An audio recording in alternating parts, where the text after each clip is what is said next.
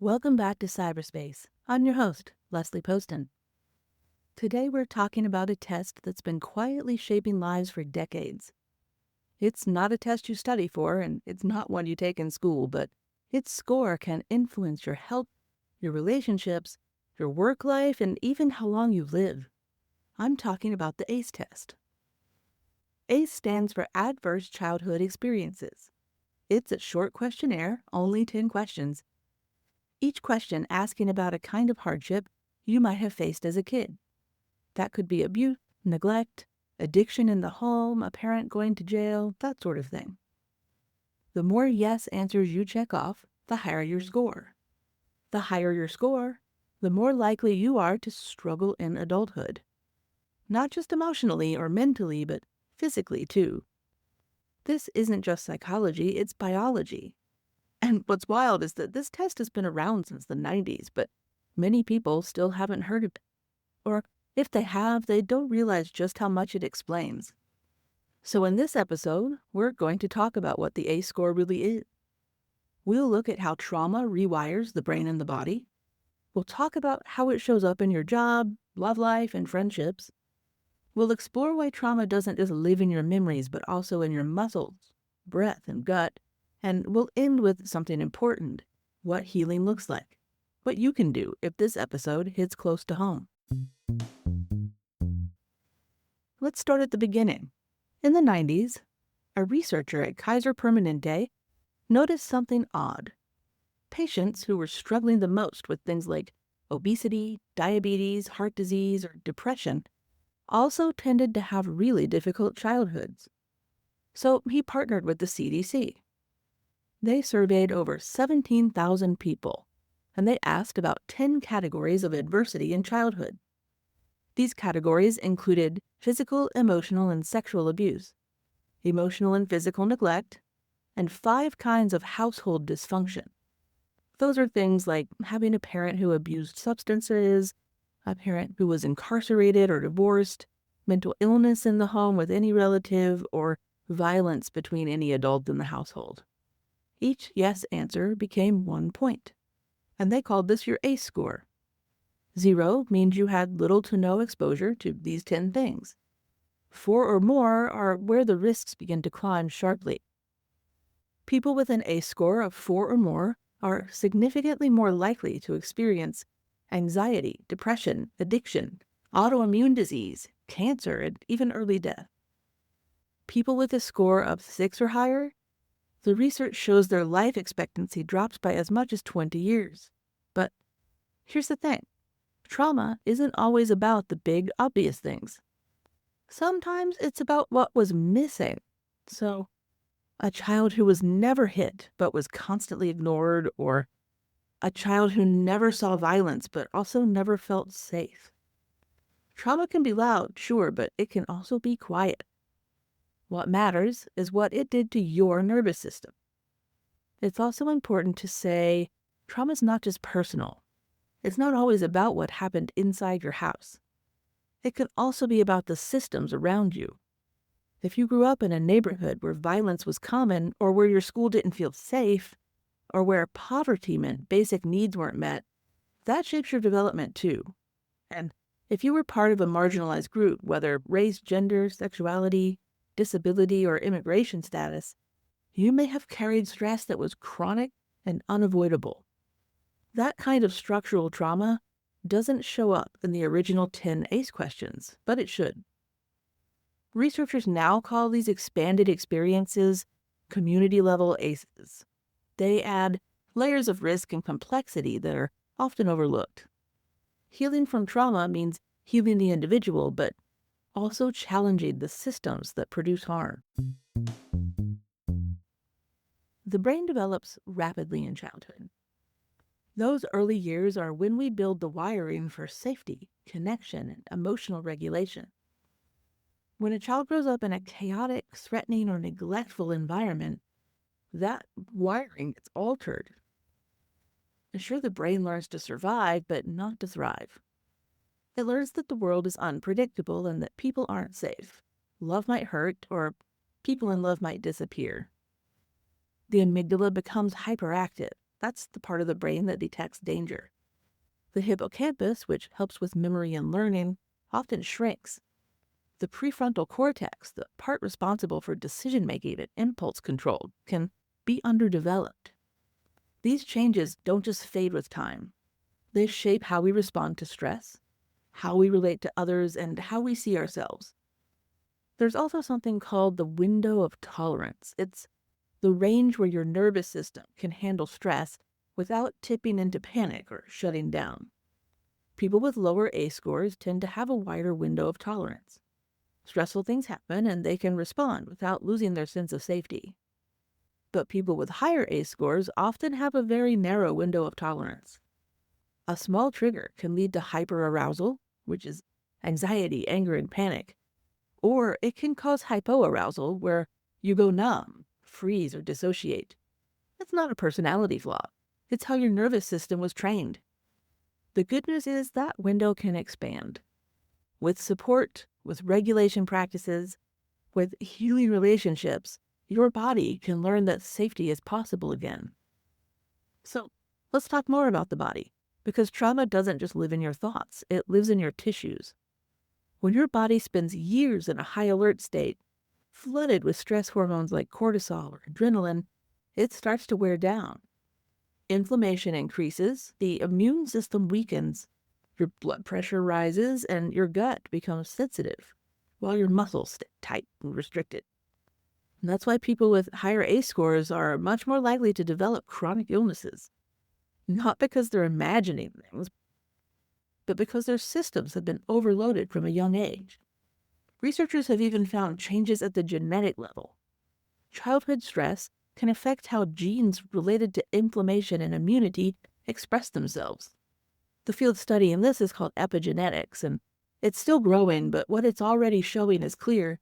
Trauma changes your body. So what does this look like in everyday adult life?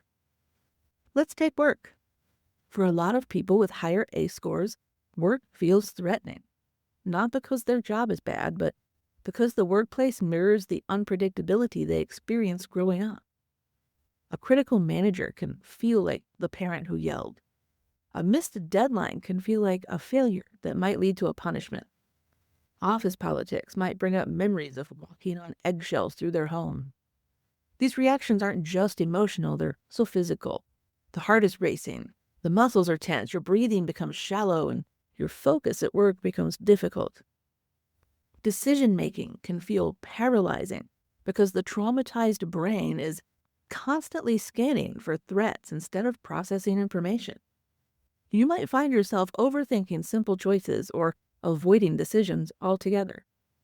Some people describe feeling like they're watching themselves work from outside their body, going through the motions, but not fully present. Some people cope by becoming hyperproductive. They never rest. They always try to prove their worth. Others withdraw and might miss deadlines, struggle with teamwork, not because they're lazy or unmotivated, but because their nervous system is overwhelmed. Trauma often makes people feel like they're either too much or not enough, and work becomes the arena where that internal battle plays out. There's also the pattern of perfectionism, paired with imposter syndrome. People with high ACE scores often become high achievers, but they can't internalize their success. Every accomplishment just feels like luck or fraud. They work twice as hard to feel half as worthy. And when they do receive praise, they might dismiss it or wait for the other shoe to drop. And then there's the social dynamics at work. People with trauma histories might struggle to read workplace cues correctly. A neutral email feels hostile. A closed-door meeting triggers abandonment fears. They might overshare personal information too quickly, trying to build connection, or stay completely isolated to avoid potential rejection. Networking events, team building, even casual conversations by the coffee machine can feel like navigating a minefield. Career trajectories often reflect this internal struggle too. Some people become serial job hoppers, leaving whenever things get uncomfortable or before they can be rejected. Others stay in toxic environments far too long because chaos feels normal. Many underachieve professionally, not because they lack talent, but because success feels dangerous or undeserved. Now think about relationships. People with high ACE scores often struggle with attachment or the way we form emotional bonds. If caregivers were unreliable, abusive, or emotionally distant, their brain has learned that love isn't safe and that people can't be trusted, and potentially that it's better to protect yourself than to be vulnerable. So, in adulthood, their relationships can feel confusing. Someone gets too close and panic sets in, or they fall into relationships that are chaotic or controlling because that feels familiar. Maybe they cling too tightly or push people away, not because they don't want a connection, but because connection feels dangerous. Even friendships can be hard. A friend who cancels plans might trigger feelings of abandonment, and a disagreement might feel catastrophic. People could say you're overreacting, but the body remembers, and it's reacting as if the danger is still present. Then there's parenting. People with higher A scores often struggle with parenting, not because they're bad parents, but because they're trying to give what they never got. They may be determined to break the cycle, but they find themselves triggered by their child's emotions or falling into patterns they swore they'd avoid. This doesn't mean they're failing, it means they're still healing. And trauma doesn't just stop with one generation. Studies show that parents with higher ACE scores are more likely to raise children who also experience adversity. And this isn't about blame, it's about biology and behavior. A parent struggling with emotional regulation may unintentionally pass on that same dysregulation, but the reverse is also true. Healing your trauma can interrupt the cycle. It's called intergenerational repair. Even small changes like learning to pause before reacting can ripple forward into the next generation, making things better. Let's look at the medical side. Many people with trauma histories go through years of chronic illness without getting any clear answers. They're often told it's all in their head, or that their pain doesn't match the labs, their labs are normal, that they're too young to feel this bad, or maybe they have, quote, anxiety. But studies show a clear link between early trauma and conditions like fibromyalgia, irritable bowel syndrome, chronic fatigue, migraines, autoimmune disease, and much more. Trauma doesn't just cause emotional pain, it causes physical suffering. People with higher ACE scores often report something else too, being dismissed by doctors. They're told their symptoms are just stress, or that they're too young to be sick. This is sometimes called medical gaslighting, and it's not always intentional, but it is always harmful. Women, especially women of color, are the most likely to be dismissed this way. And so are people with chronic pain, fatigue, and other hard-to-quantify conditions. What gets missed is that these symptoms often are stress-related, but not in the just relaxed sense. They're biological consequences of years of trauma. So when medical professionals aren't trauma-informed, patients fall through the cracks and get labeled difficult. These patients stop seeking care, and their health worsens. Trauma-informed healthcare doesn't mean blaming trauma for everything. It means asking better questions, as in not what's wrong with you, but what happened to you. One of the most frustrating things about trauma is that it often hides. People don't always remember what happened, especially if the trauma occurred before their brain was mature enough to process it. But their body remembers. It remembers in their tight shoulders, their clenched jaw, in restless sleep or insomnia, in stomach problems, in chronic asthma or difficulty breathing, a chronic exhaustion no amount of rest seems to fix. Some people also experience dissociation. That's when you feel disconnected from your body, your surroundings, or even your own thoughts sometimes. For some, it can feel like zoning out or losing time or watching your life like a movie. Dissociation is the body's way of protecting you when it thinks something's too much for you to handle. One reason ACE scores are so predictive of later health outcomes is their connection to coping behaviors. People with higher ACE scores are more likely to smoke, overeat, drink heavily, or engage in risky sexual behavior. These aren't moral failings, survival strategies. They're ways to numb pain, to regulate emotion, or to find and experience a feeling of fleeting control. The problem isn't the behavior, it's what the behavior is trying to solve. Until that is addressed, the coping may continue even if it causes more harm long term. One of the most overlooked effects of childhood trauma is sleep disruption. People with high ACE scores are more likely to have insomnia, nightmares, or a light, restless sleep pattern.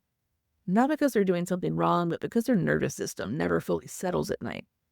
When the brain has been trained to stay alert for danger, it doesn't just show up because it's bedtime. Good sleep hygiene helps, but trauma work is often what makes deep rest possible again. That's why some people find talk therapy helpful, but others feel stuck. Because trauma isn't just about your story, it's about your body, your nervous system. It's about those sensations that never got completed and emotions that never got processed. That's where something like somatic therapy comes in. Somatic therapies focus on what the body is doing, not just what the mind is thinking. They help people learn to notice their sensations, to reconnect with their bodies, and to complete stress responses that got stuck. Therapies like somatic experiencing, sensory motor psychotherapy, and others work with these systems directly. And there's also EMDR, eye movement desensitization and reprocessing. It helps the brain reprocess traumatic memories so they don't feel as intense. It doesn't erase the memory, but it helps separate the past from the present. EMDR uses a rhythmic movement like guided eye motion to help your brain make new associations, kind of crossing the streams inside the hemisphere brain to remap the memories and the feelings associated with them. Many people who felt struck for years have found relief through this method. And then there's polyvagal theory, which explains how your vagus nerve helps regulate our sense of safety. And when we feel safe, we can connect, think clearly, and rest. And when we feel threatened, our body shuts down or goes into overdrive. And that's why things like breath work, singing, humming, cold water, or safe touch can all help. They all tell your body you're safe now. Your brain's ability to change is called neuroplasticity. And it doesn't just happen in childhood. Even in adulthood, your brain can grow new connections. Isn't that cool? The nervous system can learn new patterns. What that means is healing from trauma is absolutely possible. And there's another concept too, post-traumatic growth. Some people, after going through therapy or doing body-based healing work, report becoming more emotionally connected, more compassionate, and more grounded. Not because trauma is a gift, it's not, but because they had to rebuild from the inside out, they got to decide what kind of life they wanted on the other side. Research shows that with the right support, people can and do change, and not just survive, but thrive. If anything in this episode sounds and feels familiar, there are a few things you can do. First, get curious about your ACE score. It's not a diagnosis, it's not a label, it's just information. There are free ACE quizzes online. I'll put a couple links in the show notes. They take about 2 minutes, and they can help you see patterns you might have missed. Second, start noticing how your body reacts to stress. Not what you think, but what you feel. Do your shoulders tighten? Does your breath stop? Does your jaw clench? That's your body communicating with you, and it's worth listening. Journaling through this process can help you connect physical feeling to emotional feeling as well. And third, experiment with grounding techniques, things that bring you back into the present. That might be as simple as putting your feet flat on the floor or taking a slow breath in through the nose and letting it out through the mouth, doing timed breathing like in for 4, hold for 4, and let out for 7 count, or looking around the room and naming 5 things you see. These things sound simple, but for a nervous system that's stuck in survival mode, they can be a quick, powerful way to reset. Fourth, if you're ready, find a trauma-informed therapist. Not all therapy is created equal. Some approaches focus only on thoughts, but trauma is stored deeper, so look for someone trained in EMDR, somatic work, or trauma-focused cognitive behavioral therapy. There are websites online that can help you find this, or if you are lucky enough to have insurance, your insurance company probably has a list of therapists that list their specialties. Be sure to call their office and find out more information so you're comfortable before you There's also some hopeful research on what are called positive childhood experiences, or PCEs. These include things like having a trusted adult who believes in you, feeling safe at school, or having a sense of belonging in your community. Studies show that even when people had high ACE scores, those that also had high PCEs were more resilient, less likely to develop depression or PTSD.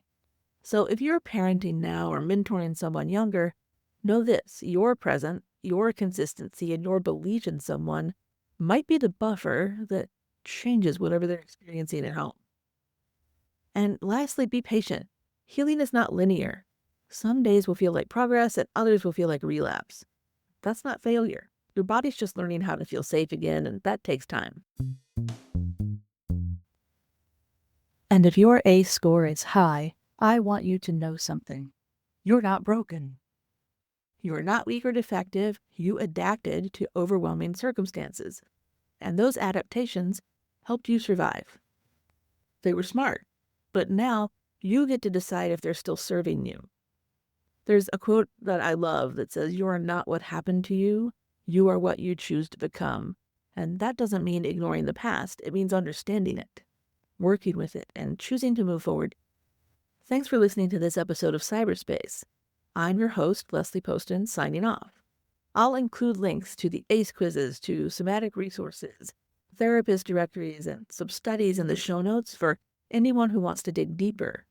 And if this episode resonated or helped you understand yourself or someone you care about, do share it. You never know who might be walking around with a high ACE score, wondering why everything feels so hard.